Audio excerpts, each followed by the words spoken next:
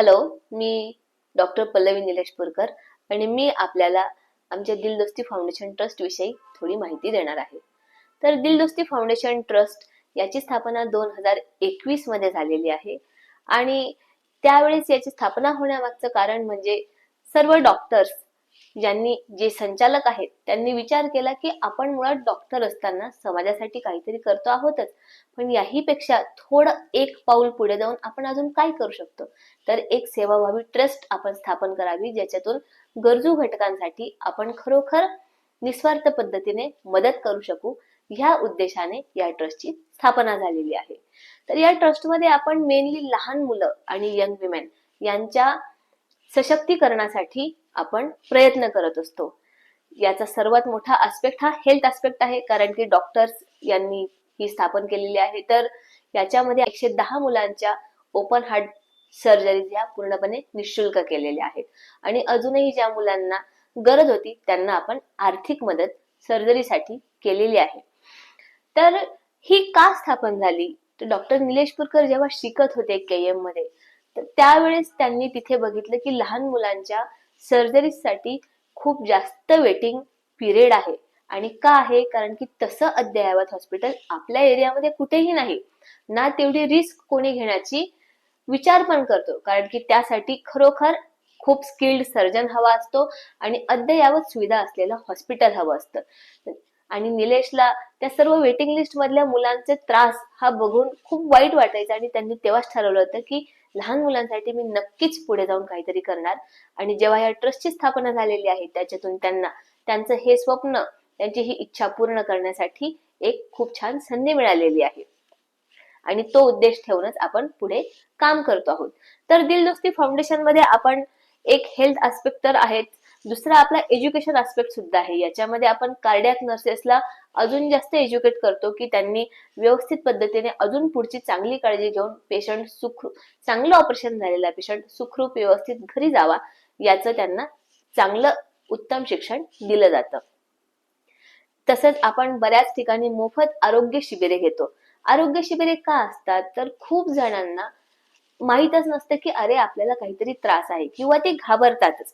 तर मग जेव्हा त्यांना समजतं की अरे इथे निशुल्क दरामध्ये आपल्याला टेस्ट करून मिळत आहेत, तर त्यांची टेस्ट होते आणि समजा कोणाचं काही आहे, आजार आहे आणि तो डायग्नोज झाला तर त्याच्यावर यशस्वी आणि छान पद्धतीने उपचार करता येतो. आणि आपले बरेच मोफत आरोग्य शिबिरे हे खूप छान पद्धतीने चालू असतात.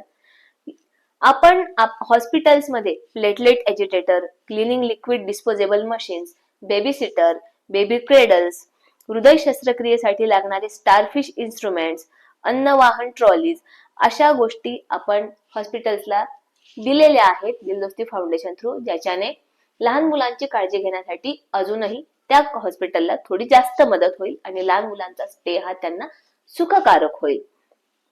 तसंच विविध क्षेत्रांमध्येही आपण अनुदान देत असतो आणि त्या घटकांना सशक्तीकरण करण्याचा प्रयत्न करत असतो.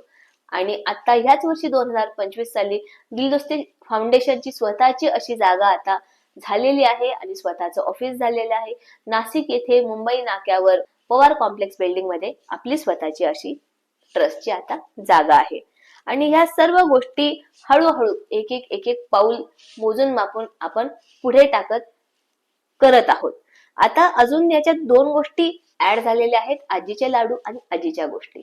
तर आजीचे लाडू आणि आजीच्या गोष्टी या लहान मुलांसाठी आहेत. स्पेसिफिकली आजीचे लाडू आहेत अनाथ आश्रमातल्या मुलांसाठी किंवा जे घटक ज्यांना हवं तसं न्यूट्रिशन मिळत नाही, तर आपण त्यांना स्वतः खूप चांगले न्यूट्रिशियस लाडू बनवतो. लाडू का, कारण की मुलांना लाडू आवडतात, तो गोड असतो आणि त्याच्यामध्ये आपण बऱ्याच गोष्टी टाकू शकतो ज्या पद्धतीने ते प्रोटीन आणि फॅट रिच होता. आणि जर तो एक लाडू जरी मुलांनी खाल्ला, असं त्यांनी साधारण 20 दिवस एक तसा लाडू खाल्ला, तर त्यांचं बऱ्याच न्यूट्रिशनल डिफिशियन्सी ह्या भरून निघतात आणि ते बाळ हे सशक्त होतं आणि हीच बाळ पुढे आपल्या देशाचे आधारस्तंभ होणार आहेत. हा विचार ठेवून आपण आजीचे लाडू ही संकल्पना राबवतो. तसंच आजीच्या गोष्टी हे शहरी मुलांसाठी आहे. तर आज बघायला गेलं तर शहरी मुलांमध्ये सशक्तीकरण आहे, पैसा आहे, सर्व काही आहे, पण संस्कृतीशी जोडलेली नाळ ही थोडी कमी झालेली आहे.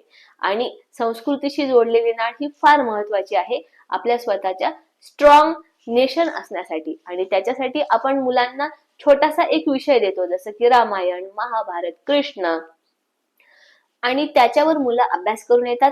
4 ते 5 तासांचा इथे सेशन असतो, ज्याच्यामध्ये मुलं छोटीशी परीक्षा देतात, सगळ्यांसोबत खेळतात, एनॅक्ट प्ले होतात, खूप साऱ्या गप्पा मारतात आणि खूप सारा आनंद घेऊन आणि चांगल्या मेमरीज घेऊन इथून घरी जातात, की ज्याच्याने त्यांना कुठेतरी वाटतं की अरे नाही, ही गोष्ट मी करायला हवी, आणि ती पण आनंदाने.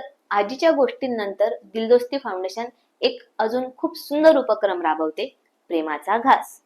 यामध्ये आपण रुग्णांना आणि त्यांच्या नातेवाईकांना नाममात्र 1 रुपयामध्ये सकस पौष्टिक असं जेवण देतो, आणि याच्यात एक्स्ट्राचे जे लागणारे पैसे आहेत ते दिलदोस्ती फाउंडेशन देते. आता आपण हे का बरं करतो, तर बऱ्याच वेळेस रुग्ण हे खूप लांबून आलेले असतात. कधी कधी त्यांचा स्टे हा आजारपण वाढल्यामुळे वाढून जातो हॉस्पिटलमध्ये, आणि त्यांच्याकडे कधी कधी पैसेही तोडके असतात.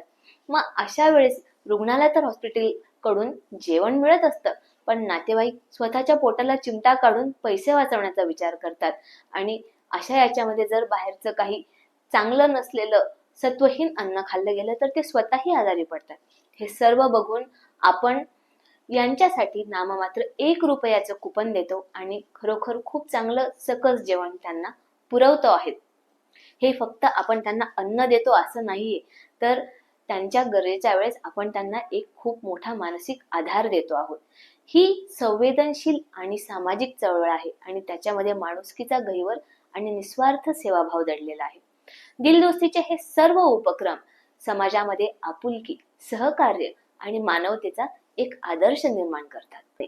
तर असे खूप साऱ्या गोष्टी दिलदोस्ती फाउंडेशन करते आहे, आणि सगळ्यात मेन एम आपल्या दिलदोस्ती फाउंडेशनचा आहे की आपल्याला नाशिकमध्ये अद्ययावत लहान मुलांसाठीच हृदय शस्त्रक्रियेसाठीच सेंटर टाकायचं आहे, आणि त्याच्यामुळे आपल्या जवळपासच्या सर्वच मुलांना मुंबईला नाही जावं लागणार, तर नाशिकमध्येच त्यांचे ऑपरेशन्स होतील आणि त्यांना आपल्याला सुविधा देता येतील. यासाठी आपल्याला शासकीय अनुदानही आपण उभं करण्याचा प्रयत्न करत आहोत, आणि क्राऊड फंडिंगद्वारेही आपण अनुदान घेत आहोत, आणि अशा प्रकारे लोकांचे हॉस्पिटल आपण देण्याचा प्रयत्न करणार आहोत.